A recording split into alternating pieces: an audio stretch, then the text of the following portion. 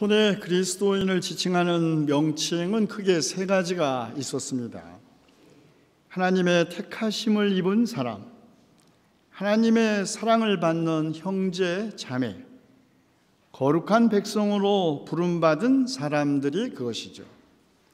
이 세 가지 모든 명칭은 그리스도인을 향한 하나님의 사랑에 의해 그들이 구별되고 선택받았다는 것을 강조합니다. 오직 하나님의 사랑이 선택의 근거입니다. 인간 편에서의 사랑이나 신실함이 아니라 하나님이 먼저 사랑하셨고 그 사랑에 변함이 없으신 것이 선택의 본질입니다. 그래서 요한은 이렇게 말했죠. 사랑은 이 사실에 있으니 곧 우리가 하나님을 사랑한 것이 아니라 하나님이 우리를 사랑하셔서 우리 자기 아들을 보내어 우리의 죄를 위하여 화목제물이 되게 하신 것입니다. 골로새서에 의하면 선택받은 하나님의 성도의 구별된 삶은 동정심, 친절함, 겸손, 온유와 오래 참음을 옷 입듯이 입는 데서 드러난다고 합니다. 동정심, 친절, 겸손, 온유, 오래 참음은 당신은 물론 지금도 추앙받고 권장되는 덕목이고 꼭 그리스도인들에게만 요청되는 덕목은 더더욱 아닙니다. 골로새서의 저자는 이 5가지 덕목에 앞서 5가지 패덕을 목록으로 제시하는데 음행과 더러움, 정욕과 악한 욕망과 탐욕 또는 분노와 격분과 악의와 회방과 거짓말이 그것입니다. 골로새서 저자는 그리스도인이 추구해야 할 덕목을 위에 있는 것들 그리고 패덕을 땅에 있는 것들, 땅에 속한 지체들의 일로 구별하고 또한 인간을 옛사람과 새사람으로 구별합니다. 옛사람은 패덕에 사로잡혀 여전히 사로잡혀 있는 사람이고 새로운 사람, 그는 자기를 창조하신 분의 형상을 따라 끊임없이 새로워져서 참 지식에 이르는 사람, 하나님의 택하심을 입은 사랑받는 거룩한 사람이라는 것입니다. 그런데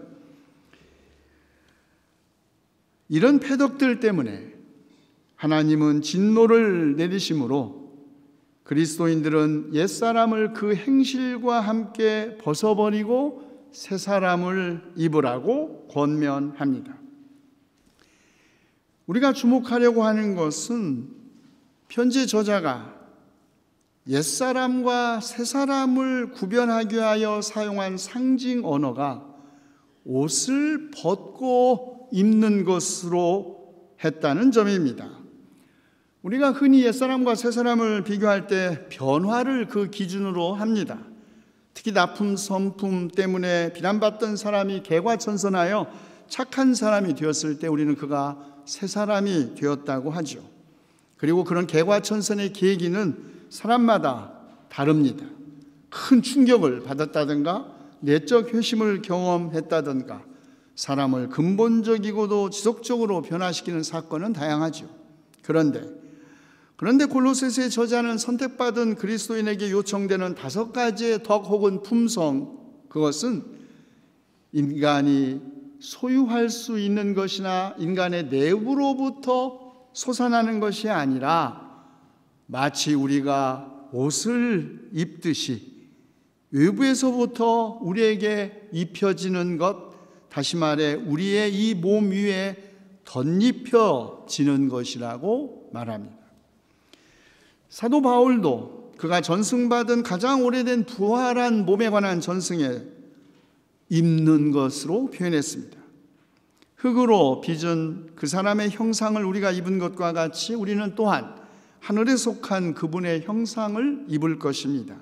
썩을 몸이 썩지 않을 것을 입어야 하고 죽을 몸이 죽지 않을 것을 입어야 합니다. 그렇습니다. 옷은 우리가 언제든지 입을 수도 벗을 수도 있는 것입니다. 우리가 기독교인이라고 해서 우리의 존재, 우리의 본질 자체가 본질적으로 선하거나 변하지 않고 선한 것은 아닙니다. 우리도 언제든지 시험과 유혹을 당할 수 있고 선과 악 사이에서 흔들릴 수 있습니다. 물론 교육과 훈련을 통해 습득된 성품과 덕과 능력이 도움이 될 수는 있겠지요. 그러나 사도 바울은 의인은 없다, 한 사람도 없다, 깨닫는 사람도 없고 하나님을 찾는 사람도 없다, 모두가 곁길로 빠져서 쓸모가 없게 되었다, 선한 일을 하는 사람은 없다, 한 사람도 없다고 말했습니다. 그렇다면 우리의 의지와 노력에도 불구하고 인간은 결코 악을 벗어날 수 없는 영원한 죄인이란 말일까요? 이것은 지나친 운명론이거나 결정론이 아닐 수 없습니다. 그러나 악과 인간의 한계는 하나님께서 덧입혀 주시는 옷, 곧 은총의 옷을 덧입을 때 비로소 극복될 수 있습니다. 흙으로 빚은 형상은 변하지 않지만 그 위에 하늘에 속한 분의 형상을 덧입혀 주시는 주님의 은총이 우리를 감싸 우리의 허물을 가리고 우리의 죄악을 용서하실 때, 아니 그렇게 하시는 동안만 우리는 새 사람이 될 수 있습니다. 주 5세기 고대 교회 성 아우구스티누스에게 대답하기 곤란한 질문이 제기되었습니다. 박해기에 배교한 성직자가 베푸는 성만찬에 참여할 수 있는가? 아우구스티누스는 그렇다고 대답했습니다. 그것은 성직자 그 인간이 아니라 그의 직분이 성사를 구별되게 하기 때문이었습니다. 여러분, 목사만이 아니라 법관도 설교할 때 가운을 입지요. 옷을 덧입습니다. 이것이 모든 설교자의 시련과 영광입니다. 설교가 시련인 까닭 준비하기 어렵고 선포한 말씀대로 살기 어렵기 때문에 시련이지만, 설교가 영광인 까닭 그것은 인간의 언어를 빌어 성령께서 임하실 때 하나님의 말씀이 되어 사람을 감동시키고 세상을 변화시키니 이 어찌 설교자의 영광이 아니겠습니까? 그러나 그의 말이 하나님의 말씀일 수 있는 순간은 성령의 옷, 그것을 덧입어 우리의 모든 인간적 허물과 죄악을 덮고 있을 때만 가능한 일입니다. 자, 오늘은 2017년 마지막 날입니다. 내일이면 2018년이 시작되죠. 우리는 시간의 사이에 서 있습니다. 저마다 지나간 한 해를 감사로 기억하고 새해를 희망으로 맞이하게 다짐을 새롭게 하는 이른바 사이 시간 안에 서 있는 것입니다. 2017년 글자 그대로의 뜻대로 다사다난했습니다. 어느 하나인들 그렇지 않은 해가 없었지만 어쩌면 새해도 더 다사다난할 것입니다. 새로운 기술 혁신이 인류를 놀라게 할지도 모르고 예기치 않은 테러와 전쟁으로 역사가 한참이나 뒷걸음질 칠지도 모릅니다. 내전과 난민, 종교 갈등과 폭력, 차별과 배제가 더 심화되고 확대될지, 아니면 진정한 화해와 평화를 이뤄낼 만큼 우리 민족과 우리 인류가 성숙해질지 누구도 알 수 없습니다. 미래를 예측하기 어렵다는 것이 그러나 꼭 우리를 불안하게 하는 것만은 아닙니다. 오히려 흥분된 긴장과 더 나은 세상에 대한 기대와 희망으로 새해를 맞이할 것입니다. 그러나 성서는 놀랍게도 더 나은 세상이 아니라 전적으로 새로운 세상, 더 나은 세상 사람보다 조금 더 나은 그런 인간이 아니라 전적으로 새로운 피조물을 말하고 있습니다. 전도서 기자는 말했죠. 헛되고 모든 것이 헛되다. 한 세대가 가고 또 한 세대가 오지만 세상은 언제나 그대로다. 이미 있었던 것이 훗날에 다시 있을 것이며 이미 일어났던 일이 훗날에 다시 일어날 것이다. 이 세상에 새 것이란 없다고 노래했지만, 아니, 새로운 세상, 새로운 존재는 가능합니다. 하나님께는 불가능한 일이 없습니다. 우리의 몸, 우리의 생각, 역사도 시간과 함께 비록 옷처럼 낡고 헤어지었지만 없어질 우리의 몸, 낡은 생각에 하나님께서 새 옷을 입히시면 우리는 새로운 존재가 됩니다. 그래서 사도 바울은 말했죠. 누구든지 그리스도 안에 있으면 그는 새로운 피조물입니다. 옛것은 지나갔습니다. 보십시오. 새 것이 되었습니다. 그러므로 중요한 것은 그리스도 안에 있는 것입니다. 우리의 낡은 인간성, 죄에 사로잡힌 인간성 위에 주 예수 그리스도로 옷 입는 것이죠. 우리 대신 우리 죄를 짊어지신 분, 우리가 받아야 할 고통을 대신 받으신 분, 우리가 겪어야 할 슬픔을 대신 겪으신 분, 우리의 허물과 악함 때문에 대신 고난을 받으신 분, 우리에게 평화를 주시기 위해 대신 징계를 받으신 분, 우리의 병을 치유하기 위해 우리 대신 매를 맞으신 분이 바로 그분이 우리에게 새 옷을 입혀 주십니다. 제2 이사야가 증언한 그리스도, 그는 대리자입니다. 대리자는 그가 대리하는 사람의 법적인 고난만이 아니라 그에 대한 모든 책임도 집니다. 예수 그리스도, 그분은 하나님의 심판받아 마땅한 죄인을 대리하여 대신 심판을 받으심으로써 심판받아야 할 죄인들을 구원하신 대리자이시죠. 그분이 죄인인 우리의 몸 위에 덧입혀지신 대리자, 새로운 존재이시니 우리의 죽을 몸이 영원한 생명을 덧입을 수 있는 것입니다. 바로 여기에 우리 모든 그리스도인이 감사해야 할 이유가 있습니다.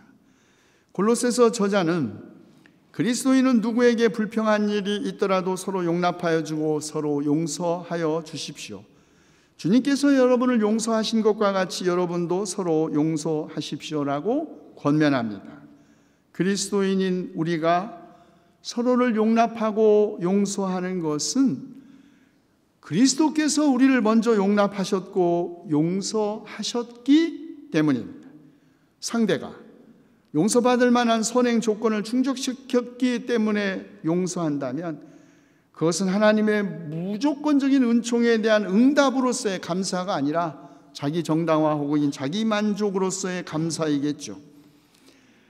하나님의 무조건적인 사랑, 조건 없는 사랑이야말로 진정한 감사의 이유이자 우리가 타인에 대한 배려, 원수를 사랑하는 원수 사랑의 원천이 되는 장소입니다. 한 해를 돌이키면서 우리에게 베푸신 하나님의 자비와 은혜, 호의와 도움, 인도하심과 지키심, 건강과 재물의 복, 치유와 위로하심에 대한 감사는 타인과 세상에 대한 배려와 감사와 직결되어야 하는 이유가 여기에 있습니다. 하나님은 우리의 기도에 응답하심으로써 우리를 도우셨고 선한 이웃을 우리에게 보내셔서 우리를 도우셨습니다. 그러므로 하나님의 은혜에 대한 감사는 선한 이웃을 지향하는 할 뿐만 아니라 감사하는 자기 자신을 변화시키고 또한 이웃과 세상을 변화시킵니다. 그러므로 우리를 먼저 사랑하신 하나님의 사랑에 대한 응답으로서의 감사 안에 사는 사람은 비록 시간과 함께 겉사람은 낡아가지만 속사람은 날로 새로워지는 새 사람이고 자기를 창조하신 분의 형상을 따라 끊임없이 새로워져 참 지식에 이르게 된다고 골로새서의 편지의 기자는 말하고 있습니다. 새 사람이 이르는 참 지식, 그것은 무엇일까요? 그것은 창조주이신 하나님 안에서는 그리스인도 유대인도, 할례받은 자와 할례받지 않은 자도, 야만인도 스구디아인도 종도 자유인도 없다는 깨달음입니다. 오직 그리스도만이 모든 것이며 모든 것 안에 계신다는 깨달음이 그리스도 안에서 새 사람이 된 사람들이 지닌 참 지식입니다. 오직 그리스도만이 모든 것임을 깨달은 그리스도인은 그러므로 그 어떤 권력과 권세, 율법과 관습, 부와 가난, 억압과 자유에도 구속되지 않습니다. 모든 것 안에 그리스도가 계시다는 것을 깨달은 그리스도인은 그러므로 그 어떤 이유로도 사람을, 그가 이주민이건 이방이건 종교인이건 비종교이건 건강하건 병들었건 장애를 가졌건 종이건 자유인이건 부자건 가난하건 나누고 차별할 수 없고 그 어떤 목적으로도 하나님이 만드신 이 푸른 행성 지구를 파괴할 수 없습니다. 우리를 먼저 사랑하신 하나님, 우리의 죄악을 대신 짊어짐으로써 우리를 구원하신 하나님에 대한 감사는 필연적으로 타자에 대한 용납과 용서, 창조 세계의 평화로 우리를 인도합니다. 기도합시다.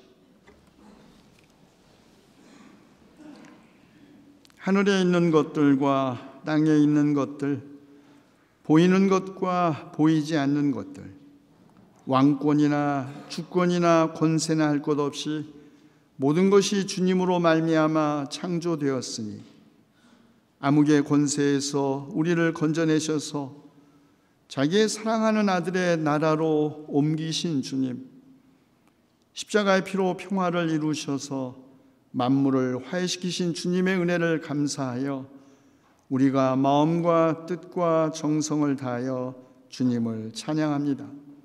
새해에도 주님의 말씀 우리 가운데 풍성히 살아있게 하시옵소서.